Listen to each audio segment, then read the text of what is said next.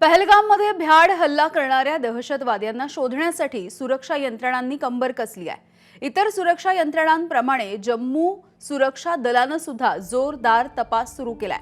विशेषतः त्यांच्याकडून हॉटेलमधील झाडाझडती घेतली जाते। याचा थेट बांदीपुरामधून आढावा घेतलाय आमचे प्रतिनिधी सूरज सावंत यांनी।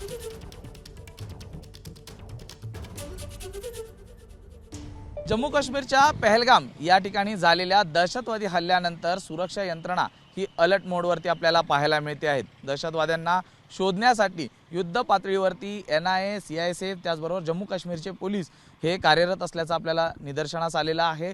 कालपासून जवळपास 400हून अधिक जणां जे संशयित आहेत त्यांची या ठिकाणी चौकशी करण्यात आलेली आहे।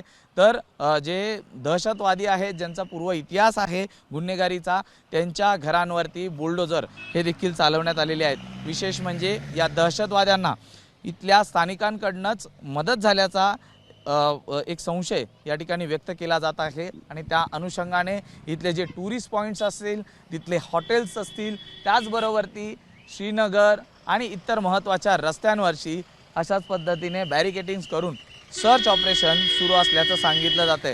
त्यामुळे एकूणच इथली संपूर्ण परिस्थिती ही जरी नियंत्रणात असली तरी आरोपींना शोधण्यासाठी आता सर्च ऑपरेशन राबवलं जात असल्याचं निदर्शनास आले।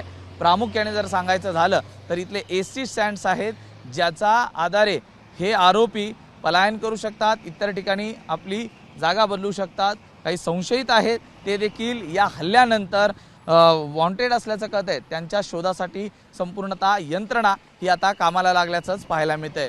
व्हिडिओ जर्नलिस्ट अनिल संगारेसह मी सूरज सावंत, ABP माझा, श्रीनगर।